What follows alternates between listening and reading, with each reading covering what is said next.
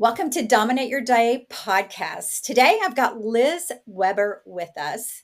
Liz is an amazing coach. And Liz, you are in Pennsylvania right now. Is that right? That's correct. Yes, South Central PA. So just really have that.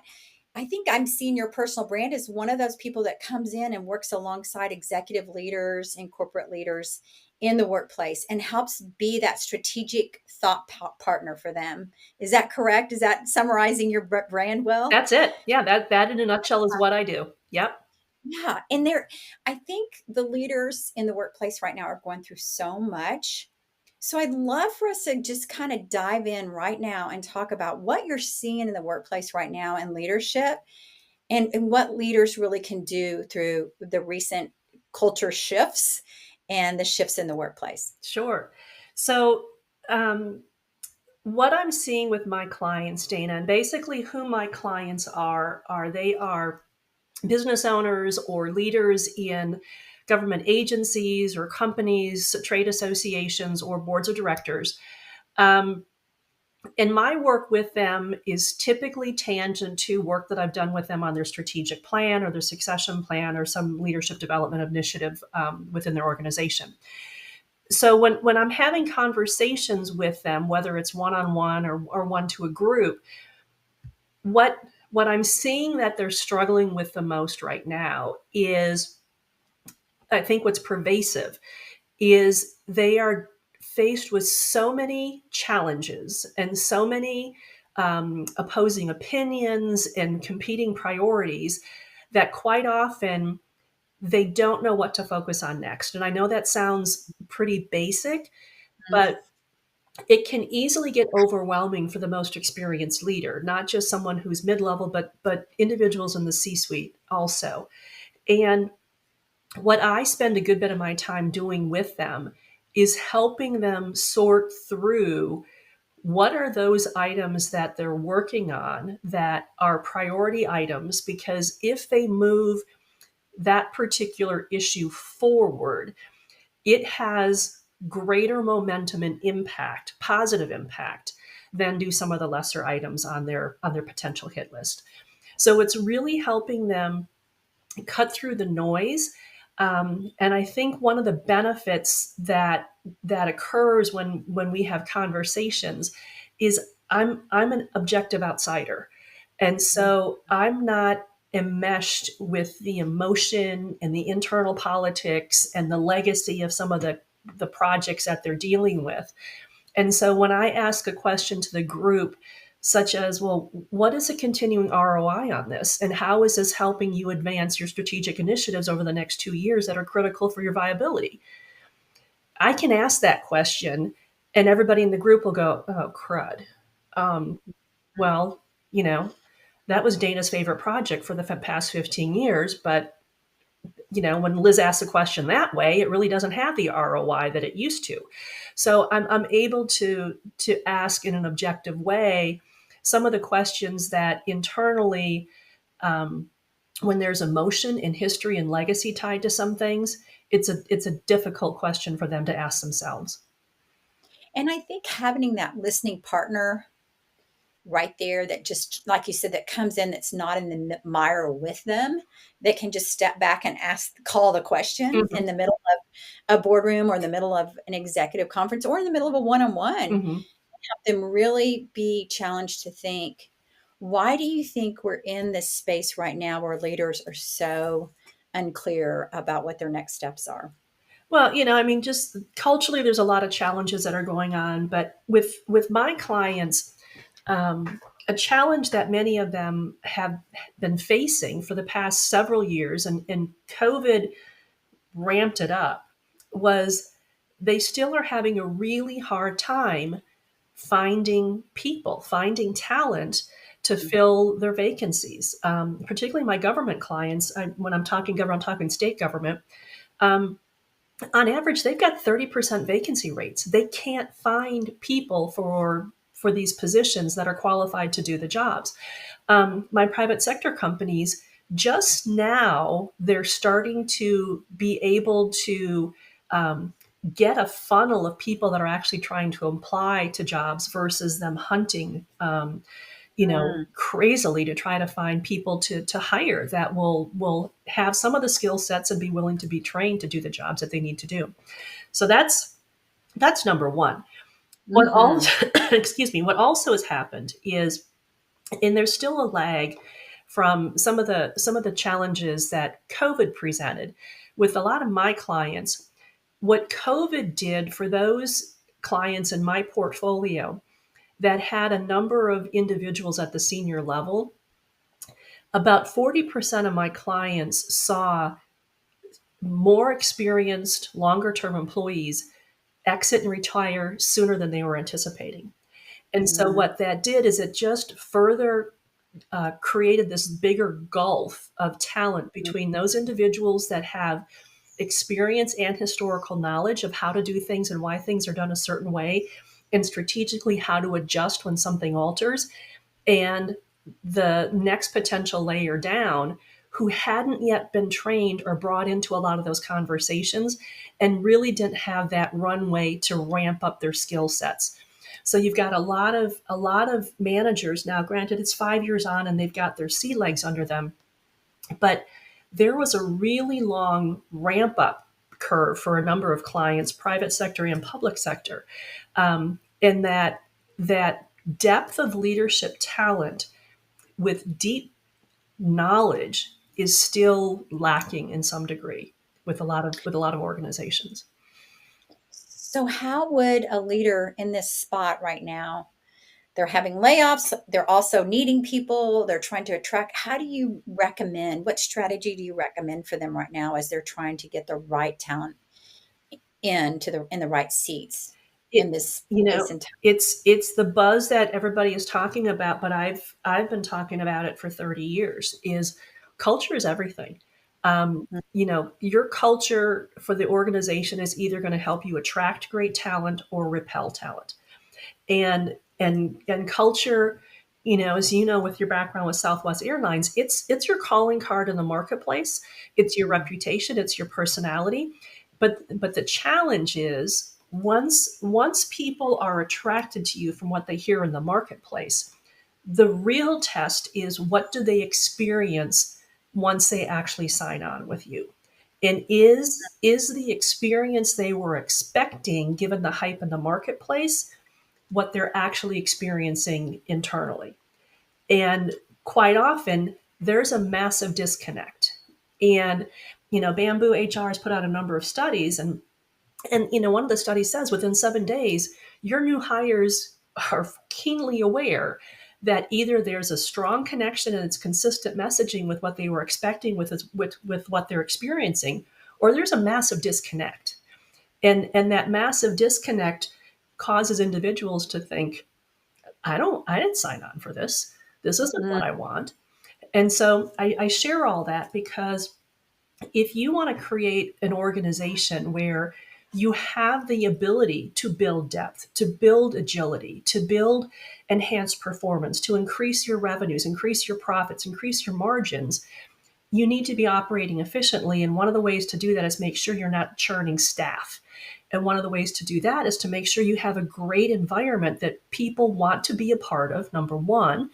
But then as they are a part of that community and of your organization, what they're experiencing is what they were expecting, and they like the experience. They want to be a part of the experience. They like being associated with that brand in the marketplace, versus Mhm. they kind of hide from it. That would be a worst case scenario. So Mhm.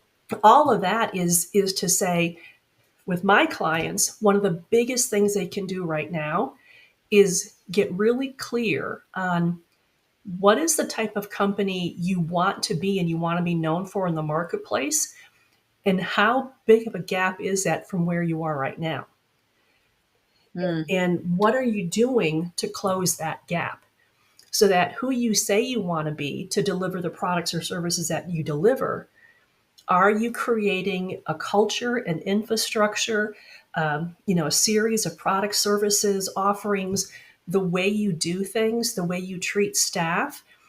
Are all of those things in alignment to further embolden and embody the culture you say you have and want? That Excuse me. That is so true. And I think so many leaders rely on everybody else to manage the culture, and they don't realize that they're the culture keepers within their groups. And you could have an organization that doesn't have a good culture, but you could have a really strong leader who's built a culture within his or her team, and that's what keeps them engaged while they're waiting for the organization to get catch up, right? Hmm. So, and I'm sure with the boards that you've sat on and the executive suites that you've worked in, that's where you can influence that. But it's really down to the leader's role to carry that, right? Are you seeing that in your work? You're absolutely correct, but it's also, excuse me for the coughs, but That's fine. it's also the responsibility of the board, and it's also the responsibility of the C-suite, because the Absolutely. culture, the relationships, the communication style, the trust, the ease of interactions, the interpersonality smoothness or glitchiness of the C-suite or the board, it's apparent to everybody. Absolutely. And when, like you said, when a client or a employee comes in and they see the board acting one way and the leader acting another, or vice versa, there's like something's off here. Hmm. I'm not seeing what I saw on the outside.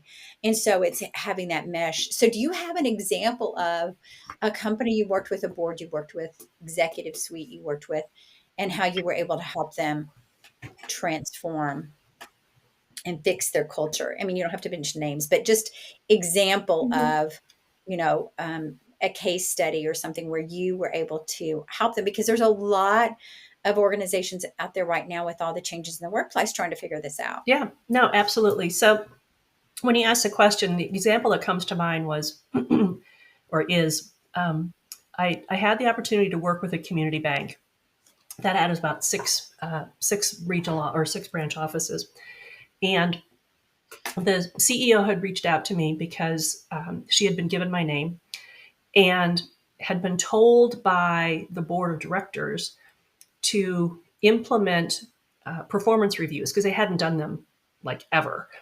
And Mhm. the board believed that by implementing these performance reviews and holding team members accountable to, hit whatever their expectations were, it was going to boost profits because they needed to turn the financial situation around with this bank. And in talking with the CEO, who had been promoted from within, she had been the CFO. Um, I asked her, I said, "So, do your managers know how to do performance reviews?" And she said, "No." And I said, "Do they know what expectations they have and what goals they have of employees?" And she said, "No." And I said, well, "So, how are they going to establish expectations for team members if there's no goals and there's no plan? It's going to be subjective." And she said, "I don't know. That's what I'm hoping you'll teach them." And I said, "Well, I can't help you." And I said, "I won't help you. And here's why. Because you're setting yourself and your team members up for failure because you're asking your managers to guess."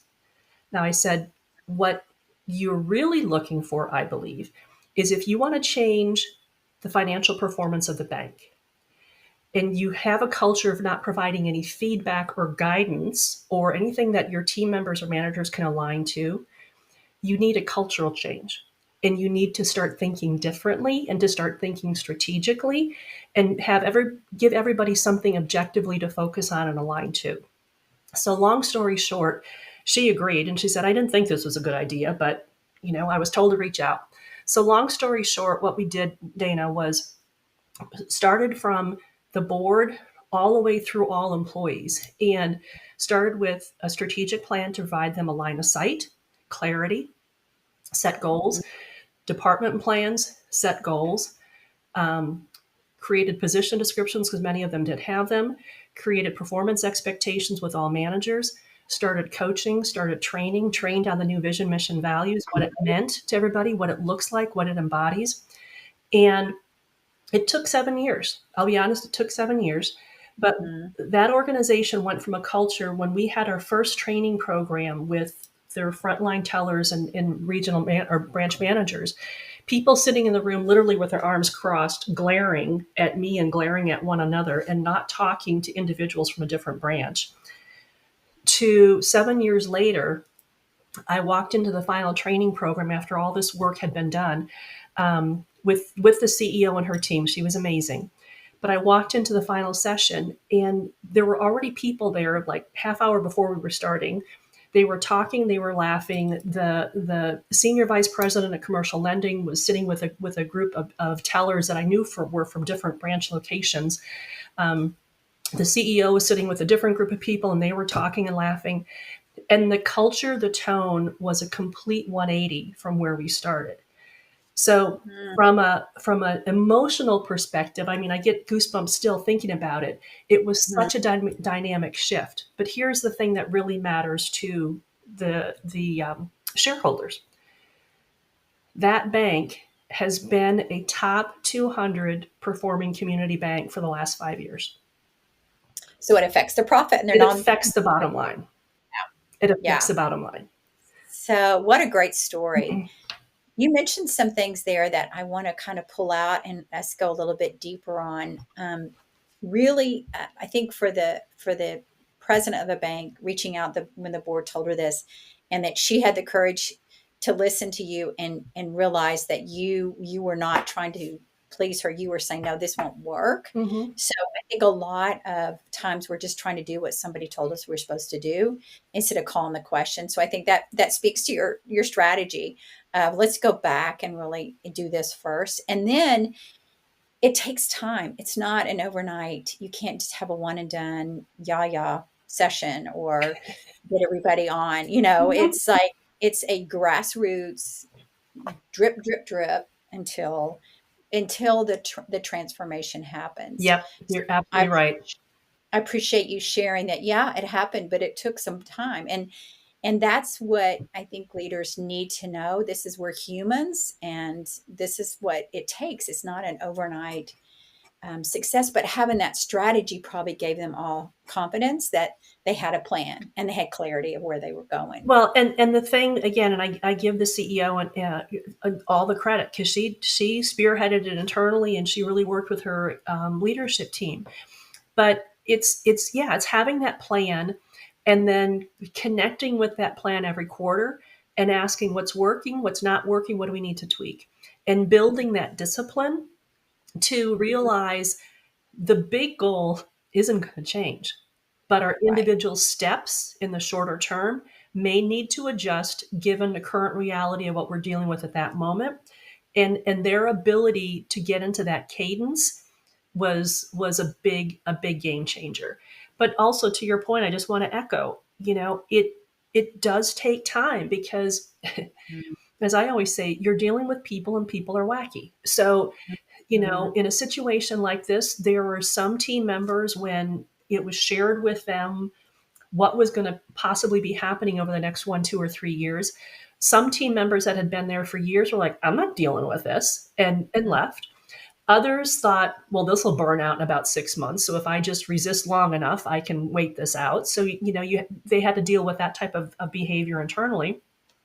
But then there was Mhm. also a lot of skill development, and there were some shifts in personnel. Good people decided to go someplace else or move, and other people came in, and some worked out and some didn't. So it was an iterative process, but it was all built upon the same desired outcome. And I love having that strategy from inside out and really working and not worrying about when people aren't joining you, but focus on the ones that are. Yeah. And because that's where the movement is. If we stay back, right, with Hmm. the ones that aren't joining, it's just going to keep being there. So I'd like to pivot, Liz, and what you mentioned about boards and you work with boards. So tell me what you're seeing right now as we think about when this board told the CEO they wanted this to happen. What are you seeing in boards right now? You're very active with boards. You're on some boards. You're also guiding people on boards. What are you seeing right now in the workplace with boards?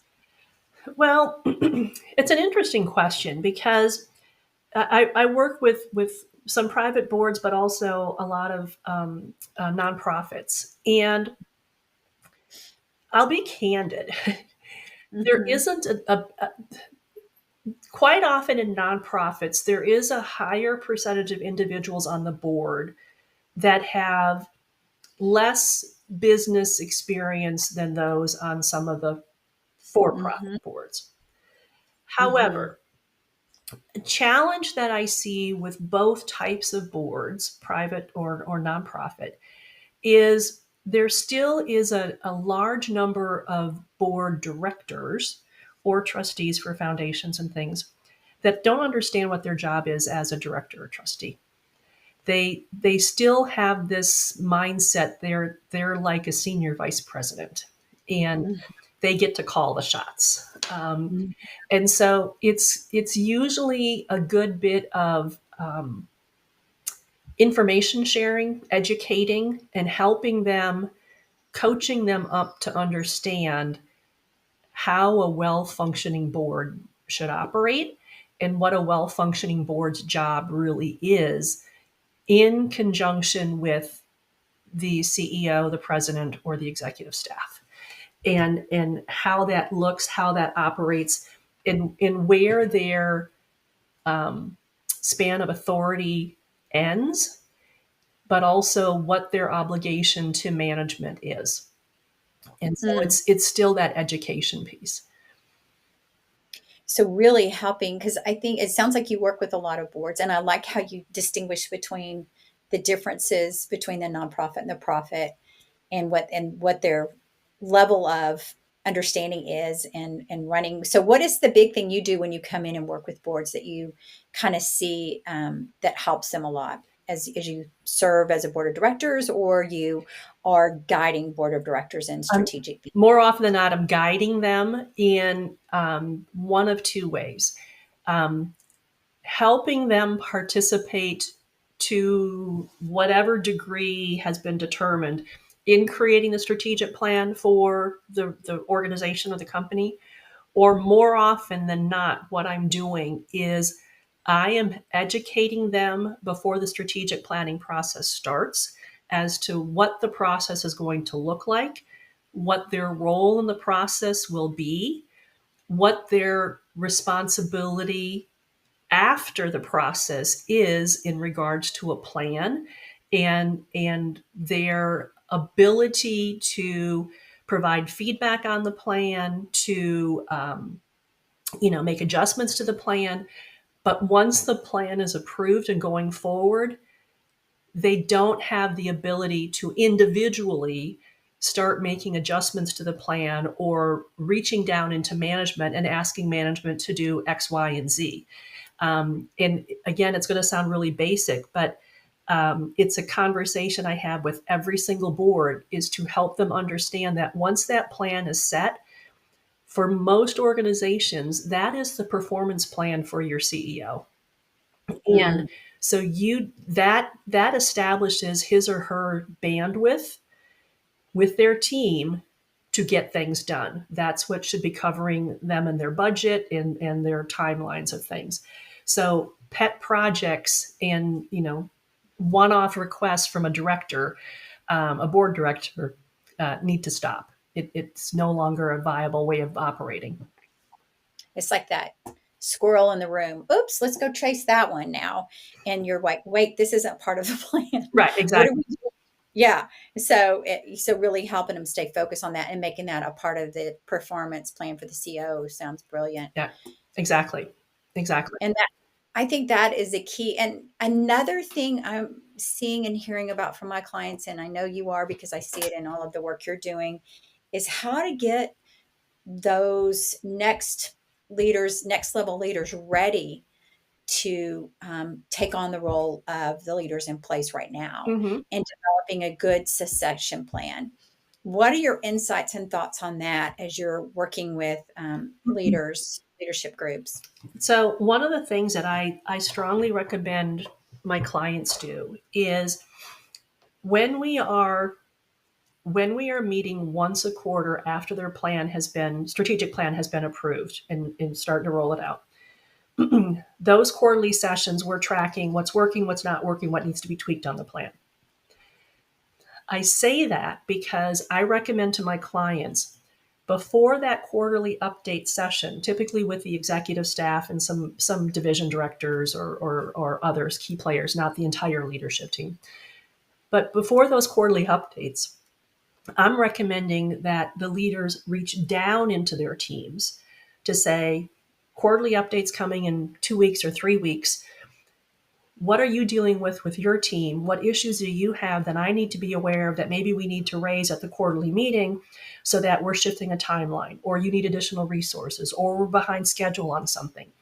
And you're reaching down for information, you're informing them of a cadence, and you're starting them to get to think about whole organization, not just their team or your division.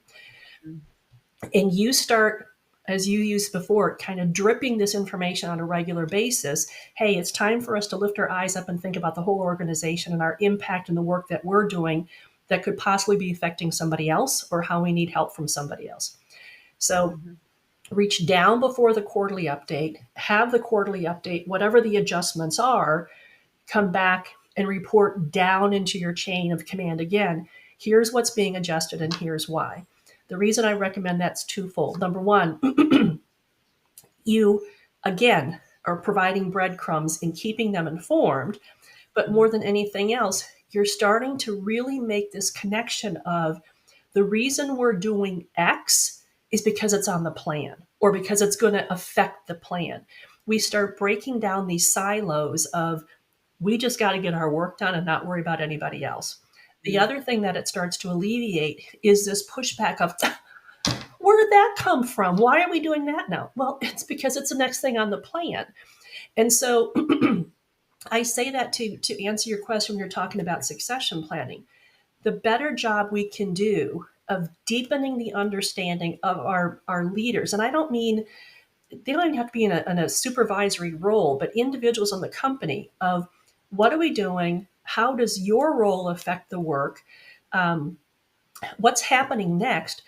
The greater that we can build that awareness, the individual's minds open up, and we start getting this understanding of empathy for what other people are dealing with. The other thing Mhm. that happens then is when we're also looking at, here's what's coming next on the plan.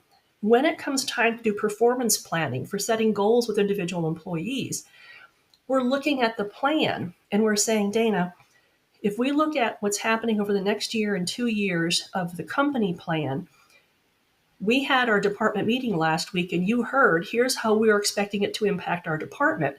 Therefore, given your position as, senior team strategist or whatever, this is what I think would be helpful for you to develop over the next 2 years to really allow you to perform even stronger than you are right now. You might want to get this certification and this certification, but I think it would also be helpful if you develop this skill and that skill. It draws a clear line of sight between what I would like you to enhance as far as skill developments, what you believe would be important, based Mhm. upon where we see the future of our department going together. And again, it creates this objectivity and a line of sight, and it's no longer just me making up stuff. There's a reason for it. I think the employee also that's in that next level leadership, waiting and watching all this ahead of them, like, well, where am I going? Mm-hmm. And who's developing me? Mm-hmm. And how do I get value and meaningful work for what I'm doing here? How's it connected to the plan? Exactly. I Exactly. think that is the biggest thing that a lot of leaders, when they're trying to develop those people underneath them, they fail to remember that, because then those people are starting to look for elsewhere because they're not feeling like there's a plan for them Right. as they move forward. Right. And so I think having succession planning as a big piece of this is very powerful. And I love the fact that you focus on that. So as we get ready to close out, Liz, what is there anything that's coming up for you that you, when you think about this leader in the workplace, they're a difference maker, they want to make an impact, you're seeing what's going on right now. We've talked about culture, we've talked about boards, we've talked about succession planning.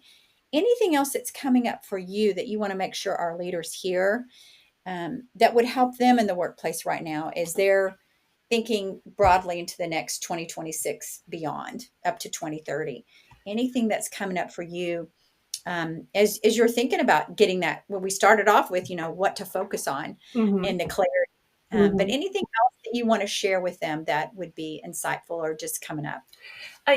as you're asking the question, I don't know why it's not for me coming up, but it's something that I've seen with just actually two of my clients in the last couple of weeks that I wasn't aware had been an issue internally for both of them, but situations arose, and when I discussed it with both of the CEOs in the two different organizations, their eyes kind of went like, "Whoa, yeah." Um, and it's creating an opportunity for once a quarter for skip level meetings Hmm. to enable individuals who don't otherwise excuse me, don't otherwise have access to you or are somewhat for some reason intimidated by you to be able to have, small group conversations with you or one-on-one conversations with you, just so you can hear directly from them what they see their challenges are, or way they see their misunderstanding. And the purpose of the skip level is not to exclude and create a situation where you're trying to jump the chain of command. The skip level is to, number one, lessen the intimidation factor, if there is any, but also it's an opportunity for you then to hear directly what your managers should be hearing, for then you to meet with your managers and say, here's what I'm hearing. What are you guys hearing? And how do we, if we need to develop solutions for something, how do we develop solutions for that? Or we're doing this right. We need to continue to beat the same drum. Um, I just have been finding that that piece has been missing. And it kind of goes to your comment earlier, where a lot of team members were feeling like, well, it's that's leadership. That's not me. I can't really say anything. I don't have a voice there. And it's not that every voice is going to, make a difference and action is going to be taken, but it's going to lessen that idea of I don't matter. And everybody has a job because the job matters and therefore the team member matters. We want to make sure it's a good experience for everybody. But I also think it's an incredibly educational opportunity for the senior leader to get out of his or her space and hear Hmm. from different people that say things differently. I love that. Just really intentionally listening Mm. and giving those other layers of people in different areas you don't get to see all the time or talk to all the time, a voice at the table. Right. So I appreciate that. Wow, Liz, thank you so much for sharing today and guiding us through kind of what you're seeing in the workplace right now and some thoughts on strategies and the work you're doing as a global leader in the workplace. We really appreciate it and appreciate you sharing your time today with the audience. So Thank you thank so you for much. being here. Okay.